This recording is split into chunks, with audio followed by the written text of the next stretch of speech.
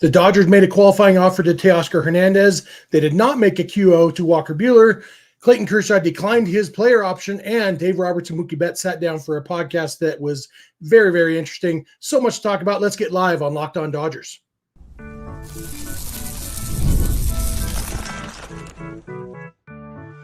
You are Locked On Dodgers, your daily Los Angeles Dodgers podcast. Part of the Locked On Podcast Network, your team every day.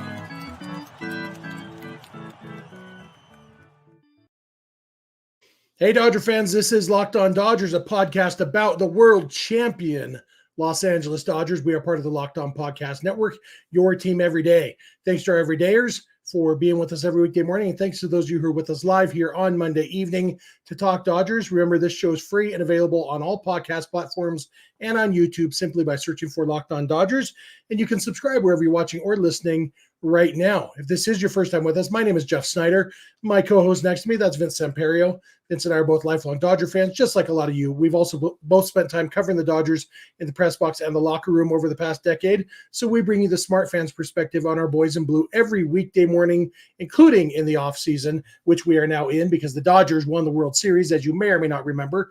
This episode is brought to you by FanDuel. You can start the season with a big return on FanDuel. New customers can place a $5 bet, and you'll get started with $150 in bonus bets if you win your first $5 bet. Visit FanDuel.com to get started. And Vince, I guess today was kind of the first real day of the offseason. The World Series technically could have gone until Saturday. It didn't, thankfully. And so Monday was kind of the start of the offseason. We saw that there's all sorts of news. There's already been trades. There's been guys getting non-tendered, getting options declined, options accepted. Garrett Cole opted out of his contract and then agreed to literally what he had just opted out of. So that was weird, but that's not about the Dodgers. But on the Dodgers side of things, we did have the deadline where the Dodgers had to decide if they were going to make qualifying offers to some of their players. And really it was just Teoscar Hernandez and Walker Buehler. And no surprise, I guess, Teoscar Hernandez received the QO. Walker Buehler didn't. I think even though the Dodgers would like to have Buehler back, $21 million. I don't think he quite proved himself 1 year, $21 million worth this postseason. But, I would guess that his contract will be more than that total, but not per year. But Teoscar Hernandez was the one that probably a no-brainer for the Dodgers to make this qualifying offer. So I guess, I don't know, Vince, should I give a little 30-second primer on what the qualifying offer is? I know that my sister texted me asking me about it, so I wonder if some of our listeners might not totally understand it. Yeah, probably best just in case somebody doesn't know. Yeah, so the qualifying offer, every year, Major League Baseball sets the qualifying offer amount at the average of the top 125 highest paid players in baseball. This year, that's just over $21 million. And basically, a team, if they have a player who is eligible for a qualifying offer, meaning he played the whole season with the team and hasn't received a qualifying offer in the past, they can make him a qualifying offer, which is a bona fide offer. The Dodgers said, hey, Teo, if you want to play next year for $21.05 million or whatever it is, we would love to have you. And Teoscar Hernandez can accept or reject that qualifying offer. If he accepts it, he's under contract next year for 21 and change million. If he rejects it, all that means is he's a free agent and he can then sign with the Dodgers or any other team.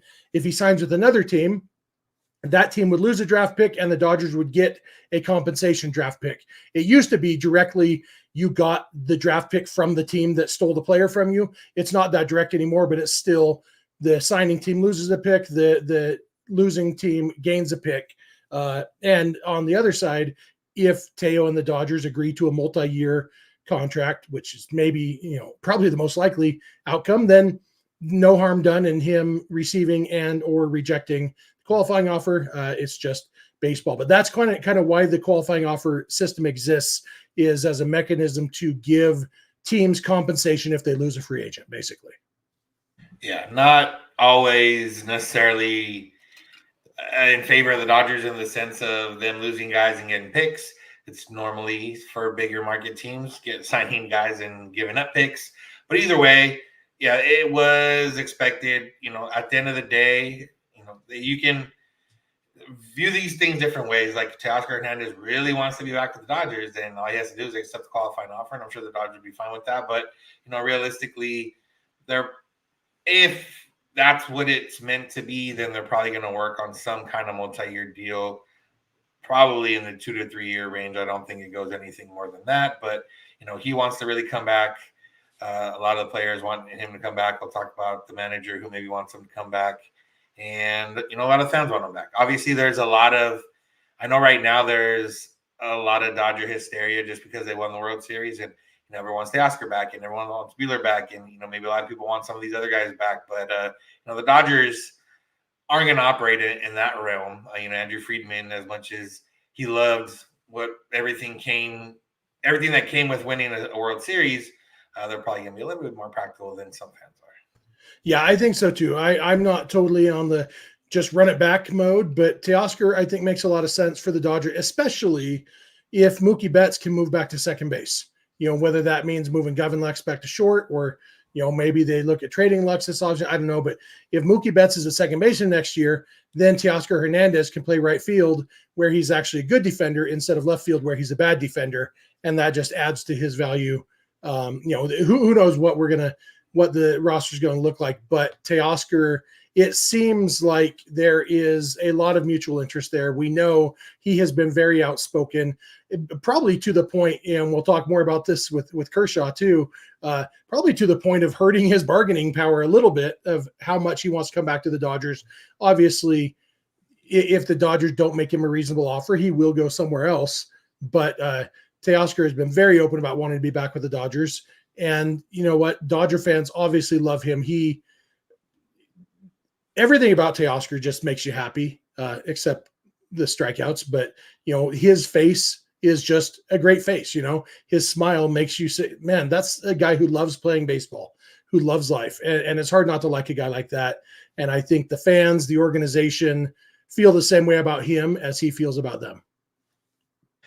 Yeah, it's one of those where this isn't just the honeymoon phase specifically for Teo, because he's been saying this pretty much since like middle of the season and beyond of how much he loves it here and why he came to the Dodgers and all that type of stuff. So, them winning it all obviously probably impacts that a little bit more in the sense of, I want to be back. I want to be back. I want to be back. But, it goes to show how beloved you can become in 1 year. And how the Dodgers are a destination. Like if the Dodgers weren't a team that won every year, two of their bigger free agents last year, and maybe all three wouldn't have signed. Like if Shohei Ohtani wouldn't have signed, then maybe Yamamoto doesn't sign. Teoscar, probably doesn't sign if it's not somewhere where you come to win. So this is why you build, sustained winning teams. And it doesn't always quite work out that way in October in the sense of winning the championship, but everyone around the league is on notice. Everyone who becomes free agent is on notice. And, it's not quite the same in baseball as it is in maybe basketball specifically. A lot of the older veteran guys will always kind of join a team in hopes of getting that ring. It's not as easy in baseball because you can join a team that's the best team in baseball and, maybe still not win at the end of the day. But there are better play. There are not many better places to go play and try to win than there is with the Dodgers. Yeah, I mean, you look at Shohei, it wasn't like the fact that the Dodgers won the World Series is great, obviously. I don't think Shohei would regret his decision if the Dodgers had lost in the World Series, because he played on a team that won more games than it lost. He had never done that before. Like what the Dodgers provide is the opportunity to win. It's not a guaranteed win, but that opportunity is very meaningful to players. And I wouldn't be surprised if Teo was willing to give a hometown discount of some sort to the Dodgers, because there is a little bit of there's not a lot of difference, practically speaking, between $75 million and $95 million when you're talking about, how will this impact my life and the life of my children and my grandchildren? It's those numbers are about the same. And maybe a $20 million gap is too big, but I wouldn't be surprised if he was willing to take less from the Dodgers than he would from another team. Yeah, he's already deferred money before, so who knows if he would be down to defer money again. Yep. And we found out today that his manager on the Dodgers, Dave Roberts, is a big fan of his and would like to have him back. We'll talk more about that and some other interesting things that Dave Roberts had to say. So thanks for making Locked On Dodgers your first listen, and please keep it Locked On Dodgers. Guys, your intimate moments are important, but your schedule is busy. You don't have the time to go to a doctor's office to get treated for ED. Through HIMS, you can get a personalized ED treatment without stepping foot outside your door. HIMS is changing men's healthcare by providing you with access to affordable sexual health treatments from the comfort of your couch. HIMS provides access to a range of doctor-trusted ED treatments like chewable hard mints and Viagra and Cialis and their generics for up to 95% cheaper. The process is 100% online, so there's no need for uncomfortable doctor visits. Just answer a series of questions on their site, and a medical provider will determine the right treatment option. If prescribed, your medication ships directly to you in discreet packaging for free. No insurance is needed, and one low price covers everything from treatments to ongoing care. With hundreds of thousands of trusted subscribers, HIMS can help you find the ED option that works for you. So start your free online visit today at hims.com/lockedon. That's HIMS.com/lockedon for your personalized ED treatment options. hims.com/lockedon. The products mentioned are chewable compounded products which are not approved by or verified for safety or effectiveness by the FDA. Prescriptions require an online consultation with a healthcare provider who will determine if appropriate. Restrictions apply. See website for details and important safety information. Subscription required. Price varies based on product and subscription plan. Hey, we are back. Thank you for making Locked On Dodgers your first listen every weekday morning. Thanks to our everydayers. If you're not an everydayer, it's easy to become one. Just watch or listen every weekday morning. Make that easier on yourself by subscribing wherever you're watching or listening right now. Remember, you can always make your second listen Locked On MLB, hosted by our buddy Paul Francis Sullivan. He'll have off-season content too, just like we will here. Also, you can go beyond the podcast and become a Locked On Dodgers insider by going to joinsubtext.com/LockedOnDodgers. And you can check out Locked On Sports Today and Locked On Sports Los Angeles over on YouTube, 24/7 streaming channels from the Locked On Podcast Network. Obviously, Locked On Sports LA will have all you need to know about the Lakers, the Rams, the Chargers, what others? The Clippers exist. You know, all those LA sports, whatever you're into LA sports-wise, Locked On Sports LA will have it. LA sports right now, Vince, is owned by the Dodgers. The Dodgers are the World Series champions. The manager of that team is Dave Roberts, and one of the superstars of that team is Mookie Betts, who happens to do a podcast. And Mookie, because he just can't stay focused on baseball, instead of preparing for next season, he is having a podcast, talking to his manager and friend Dave Roberts. And Doc had some interesting stuff to say. I guess we should talk about what he's had to say about Teoscar without saying Teoscar's name first, since we're using Teoscar as a segue. Yeah, at one point in the episode, they were talking about Game 5, and they talked about Teoscar's double, and then Mookie and Doc got into a little bit back and forth about Teoscar in general. You know, Mookie has seen him kind of come up through the game in the AL East, and now they were teammates and all that type of stuff. Then later on, Mookie asked Doc if he could write a letter to Santa, what's on his wish list, and Dave Roberts said a high leverage reliever that was on the team already, which is probably like Trinan. Another high leverage reliever that's free agent, who some people were thinking Tanner Scott, but who knows if he meant someone specific or if he just said it that way. He said another starting pitcher with no real qualifier, so it could be any starting pitcher, I guess, out there.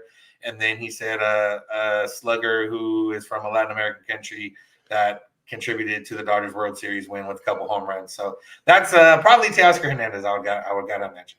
Yeah, absolutely. And you know what? I love Doc's whole list, and we talked plenty about Teo. Just add Doc to the list of people who wants Teo back. The Tanner Scott thing. Obviously, I love the idea. The Padres gave up a king's ransom to get Tanner Scott for 3 months or whatever it was, 2 months. And we saw Tanner Scott was very effective against Shohei Ohtani. I'd be in favor of the Dodgers signing Tanner Scott just so that Shohei Ohtani doesn't have to face him anymore, Yeah, I remember talking to Evan Phillips earlier in the season, and it was when Tanner Scott was with the Marlins and they were playing the Marlins, and he was on the Marlins side when they were about to do batting practice, and he's like, "Oh man," I was like, "Who are you waiting for?" He's, "Oh, Tanner Scott," and I was like, "Oh, did you tell him that you have his locker ready for him?" And that was when we thought the Dodgers might trade for him. So if it does work out, him and Evan Phillips, they're know each other, they're good friends, so they can be reunited. Yeah, that would be awesome. As for Blake Trinan, I think we can all agree on that. You know, if Trinan's coming back to play again next year, which seems like he's planning on it, no reason to quit. It's hard to picture Trinan playing for a team other than Dodgers at this point after what he's been through and how the Dodgers have stood by him and the success he's had. Like we were talking about with Teo and everybody else. Like if you want the best chance to win, the Dodgers are the place to be. Yeah, that's the easiest way to be somewhere you want to be and be somewhere that has a chance to win. And you know, where else would he go? Like, you know, he already knows it. He's been here for 2 championships. Why not try for a third one? Yeah, absolutely. And then as far as starting pitching goes, you know, Doc didn't name anybody specifically. There's a lot of ways that could go because there's, you know, I guess we could talk a little Roki Sasaki. There was news today that Roki Sasaki has rejected an offer from his team in Japan. He doesn't have a ton of leverage, but he's trying to force the issue to be posted to come to MLB. And Ken Rosenthal reported that the Dodgers are seen as the overwhelming favorites, I think was the way he worded it. Some word that either overwhelming or something that means the same thing, favorites to sign Sasaki if he does get posted, which makes sense because Sasaki, from what we hear, likes the Dodgers. Obviously, having Ohtani and Yamamoto on the team helps. The Dodgers have more money in their international free agent pool left than any other team. And so, you know, Andrew Friedman didn't want to talk about that during the World Series when somebody asked that question. But now that it's the offseason, yeah, of course, that's why the Dodgers have been saving this international free agent money is so that if Sasaki gets posted, they can sign him.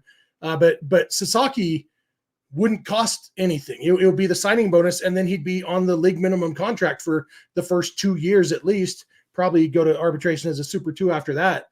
But he would be like Ohtani was when he came after the 2017 season to the Angels, very affordable at the beginning, which means the Dodgers could still go after another starting pitcher, such as, say, Corbin Burnes, Blake Snell, Max Fried. You know, there's a couple from their own team right now, Walker Buehler and Jack Flaherty. A lot of different ways they could go.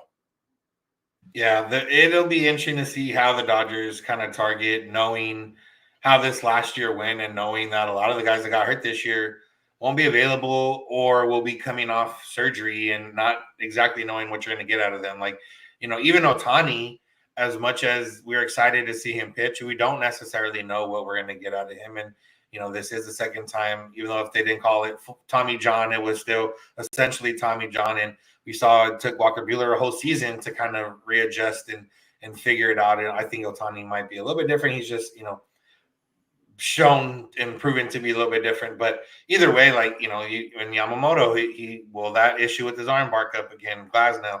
So it wouldn't be out of the realm of possibility for the Dodgers to just have like a full 6-man rotation of legitimate starting pitchers.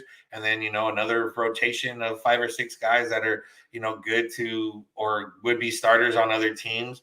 And then just kind of play the season how it goes, 6-man rotation. You know, guys are pitching once a week and hope and pray that people stay healthy. Yeah, the hard part when it comes to starting rotation is you almost have to have a mix of high-paid veteran stars and the young guys because, you know, you can't like this year they were able to say, okay, Landon Knack, you're making a couple starts and you go back to the minors, and then Justin Robles, you're going to make a couple starts, go back to the minors. If your entire rotation consists of guys who can't be sent to the minors, then you have a lot less flexibility when it comes to that. You know, especially if you're trying to manage workloads throughout the season to make sure everybody's fresh for October, all those things. So you kind of need that mix of different contract types. And so it's you know, obviously Corbin Burnes would be a dream pickup. He's probably for me, it's not the money. I don't think the money is an issue for the Dodgers at all. But when you look at the years that people are going to want, that's where I go back to Zach Greinke after the 20 whatever season. When did he leave after 2015? Whenever it was, yeah. It wasn't that the Dodgers got outbid on money; they got outbid on years. They said, "Oh, we don't really want to have a roster spot committed to Zach Greinke when he's throwing 36 miles an hour." You know, and that ended up being accurate. By the end of that contract he signed with the D-backs, Greinke was not good anymore. He was better than he should have been, considering how slow he threw by that point. But the Dodgers were absolutely correct in their assessment of he's not going to be this dominant pitcher 6 years from now. And so that's kind of the math they're going to be doing, because you are committing. It's not just money, it's roster spots. And it's why they didn't sign Bryce Harper, and why they didn't sign Zach Greinke, and, any number of guys who ended up taking longer contracts elsewhere, even re-signing Brandon Morrow after 2017. Brandon Morrow got 3 years from the Cubs, and the Cubs regretted it almost instantly. So the Dodgers are going to be prudent about that, especially because they've been a little bit, when you look at Mookie and Ohtani and Yamamoto, they've kind of maybe maxed out on the contracts that are too long that they're willing to give out, Yeah. And, Corbin Burnes, as good as he's been, the decline has started a little bit already. So, it's the Dodgers are in a spot where they can get guys on the terms they want. They've been in that spot for a while now, but maybe even a little more so now. So we'll just have to see how the offseason plays out. Are teams going to want to spend, or are teams going to play poor? We'll just have to wait and see. Yeah, and we will, all these guys we just talked about, we're going to talk about them more, because it's going to be in the conversation. I'm excited to have a full segment on should the Dodgers sign Blake Snell, because that'll be an interesting conversation. So there will be plenty more to talk about that. We'll even have a segment or two on Juan Soto probably at some point. But that'll probably do it for what day. Anything else that Dave Roberts talked about that we need to throw out there, Vince? We'll talk about Kershaw and then talk about more at the end of the next segment. Sounds good. So we'll come back. We will talk about the news that Clayton Kershaw declined his player option just days after saying he's going to pitch for the Dodgers next year. What the heck is that all about? We will talk about it. So please keep it locked on Dodgers. This episode is brought to you by FanDuel. Get ready to tackle the NFL action with FanDuel, America's #1 sportsbook, because right now, new customers can bet $5 and get $150 in bonus bets if you win. The FanDuel Sportsbook app gives you everything you need to place live bets on the NFL all in one place. So when you get a hunch in the middle of the game, you can check out the latest stats, view live play-by-play, and so much more on the same page where you place your bets. Just visit FanDuel.com to join today. You get started with $150 in bonus bets if you win your first $5 bet. That's FanDuel.com. Never waste a hunch and make every moment more with FanDuel, an official sportsbook partner of the NFL. We are back. Thank you again for making Locked On Dodgers your first listen every weekday morning. Thanks to our everydayers. Thanks to those of you who are with us live here on Monday night. Thanks to everybody who was with Vince last night. Thanks for holding down the fort, Vince. And I appreciate several of you have reached out to me.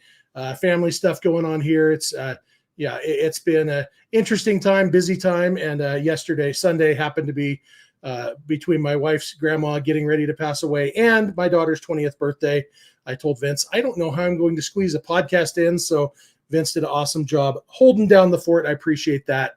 On Monday, Vince, Clayton Kershaw declined his player option. It was $10 million that he could have come back to pitch for the Dodgers next year. And he said, no, thank you. And a lot of people were surprised. I wouldn't say I was sure that he was declining it, but it didn't surprise me. Were you surprised at all by this? No, just knowing, we're going to talk about where the Dodgers are at with the 40-man roster. Realistically, Kershaw is a guy who probably wants to go through with his surgeries first in order to make sure that he is going to be able to play. And, he's one guy that loves the team that much that I do think that if, he wanted to make sure he'd be safe and good to go before he accepted any money from them.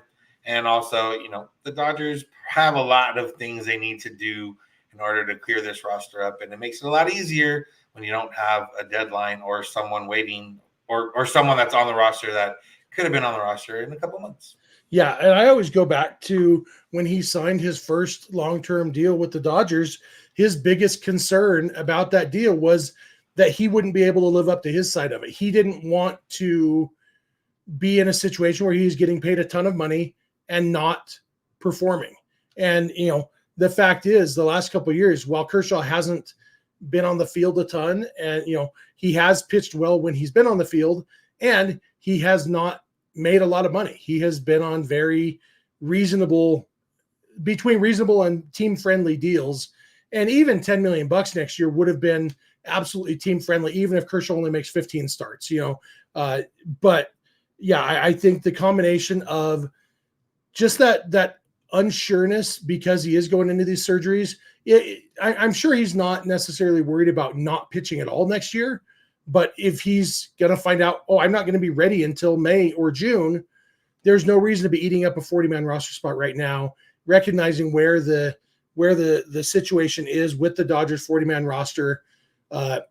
Once spring training starts, then the 60-man injured list opens back up. And so then they can put, for example, River Ryan immediately onto the 60-day IL to open up that 40-man roster spot for Kershaw or whoever. We saw it last year. Ryan Brazier was it Brazier who was in camp before, like we didn't even know that he was being re-signed, but he was in camp and then they put somebody on the 60-day to open that up. So it could just be simple contract mechanisms. It's also, Kershaw kind of hinted at this in his interviews after the parade and everything. He doesn't really care about money at this point in his career. He's made a ton of money. Obviously, any extra money he makes is probably just going straight towards his charitable efforts, and that matters to him. But if he what he and the Dodgers end up agreeing on is $5 million for next year instead of the $10 million he could have gotten, he's not going to lose sleep at night. Oh, I could have had $5 million more than I do. Because he has made so much money in his career that it doesn't really matter. What matters to him is having a chance to win and being a Dodger for life. And I think that's pretty cool. Yeah. So what's your guess? Kershaw will pitch his first game of 2025 on what date? June 2nd.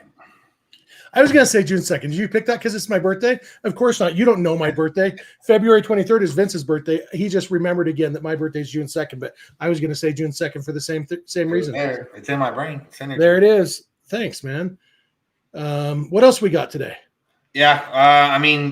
The Dave Roberts, Mookie Betts podcast was on the Bleacher Report app. It should be on the Bleacher Report YouTube channel in full. Hopefully by the morning, if it's not already there. But just some things Robert said, some talking points that they had. I guess the main one I want to talk about is how he said in years past, he would have taken out Blake Trinan there in the 8th inning when he went out to talk to him. And, well, I do think in general, Roberts, the way he managed the bullpen was different this year than in years past a little bit. That one's kind of funny because there was nobody else. Like, you weren't going to take him out realistically. Yeah, because there was nobody else, especially if they were committed, like they said, to only using Buehler for 1 inning. There was no other option there. And so I think there's been a few things I've seen that Doc is being a little bit humble about things, like that's a case of, I'm learning, I'm evolving as a manager, and obviously he's getting better. He's evolving. But I think that's a case of, sure, I'll say what the people want me to say. Kind of like when, he was talking to Hairston and them the other day and Jay Hare was pushing his, what I love is that you use your eyes instead of the stats, and Doc's like, yeah, thanks, Jay Hare. That's absolutely right. Like what he actually was thinking was, I use a crap load of stats, and the stats can measure a lot of things you don't realize they can measure. But yeah, in this case, there was no other option than to leave Blake Trinan in that game. Yeah, I did like Earl Hershiser was on, I think, Dodgers territory with our buddy Clinton and Alana. And he said, they asked him, if he's given Doc any advice or whatever. And he said, the one thing he did say was that he's told him before, like, to look at the guy and that's already comfortable in his situation rather than bringing in the unknown. And, he's talked about, Walker Buehler being comfortable in that situation and, Blake Trinan being comfortable in that situation. And maybe, I do think there's little things Doc has maybe picked up here and there that kind of led to this one. But, this year forced his hand. Like, he didn't have the starting pitchers. He knew that, in certain situations you had to, quote unquote, punt a game. You knew that you had to get guys through certain innings, and realistically in that last game, if it would have been that case, like, Vesia probably would have pitched a little bit more. Graterol would have pitched a little bit more, and then Trinan would have been able to maybe close it out. But then it doesn't maybe work out that way. So I do think that Roberts has changed and maybe evolved a little bit as a manager, but also it was a little bit by necessity and a little bit just by, the way the roster was constructed this year. Yeah, and as always, the main difference was the players performed. The hitters hit, the pitchers pitched, and there were plenty of moves that Dave Roberts made that if the players hadn't performed, Dave Roberts would have been, blamed for the losses, when in actuality, it's almost always the manager can put the players in position to succeed, but ultimately 97% of all victories and losses go to the players, and the managers are just on the edges for the most part. Yeah, but Dave said he's going to Europe, he's going to Japan, he's taking the World Series World Tour. So congrats to him and shout out to him. Scouting out hotels for when he's in Japan in March to play against the Cubs. So yeah. So much to talk about. There's going to be a lot more. Like I said, ton of free agency, ton of other things. We'll mention Roki Sasaki's name a bunch this offseason, I'm sure, as the decision comes, whether they're going to post him. If he does get posted, we'll talk even more about him. Obviously, Juan Soto, Blake Snell, Corbin Burnes, Max Fried, Jack Flaherty, Walker Buehler, Willie Adames, all sorts of people we'll be talking about this offseason. So remember, just because the season is over doesn't mean Locked On Dodgers season is over. We have been doing this for 6 seasons and 5 full off seasons now. And every single weekday there has been an episode, plus some weekend days. So that's not going to change this off season. We're going to be with you at least 5 days a week. So be sure to check us out. We'll try to go live as often as possible because we really enjoy this. So that'll do it for us for today. Thanks for making Locked On Dodgers your first listen. Thanks for being live with us. If you were, and if you weren't, check it out sometime. It's fun. The chat has been active and live tonight like it often is. So it's a fun way to take in this podcast. Remember, you can go beyond the podcast and become a Locked On Dodgers insider by going to joinsubtext.com/LockedOnDodgers.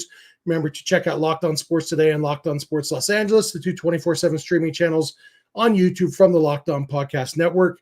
You can follow us on Instagram, Twitter, and TikTok at Locked On Dodgers. Vince is on Twitter at VinceSense91. I'm on Twitter at Snydog, and both of our DMs are open over there. You can also email us, lockedondodgers@gmail.com, or send us a voicemail or a text message, 323-863-LOCK, 5625. We are here every weekday morning, and we hope you'll be here with us. When you get in your car or sit on your couch, tell your smart device to play podcast Locked On Dodgers. And remember, you don't have to agree. You just have to listen. We'll talk to you tomorrow. Have a good one.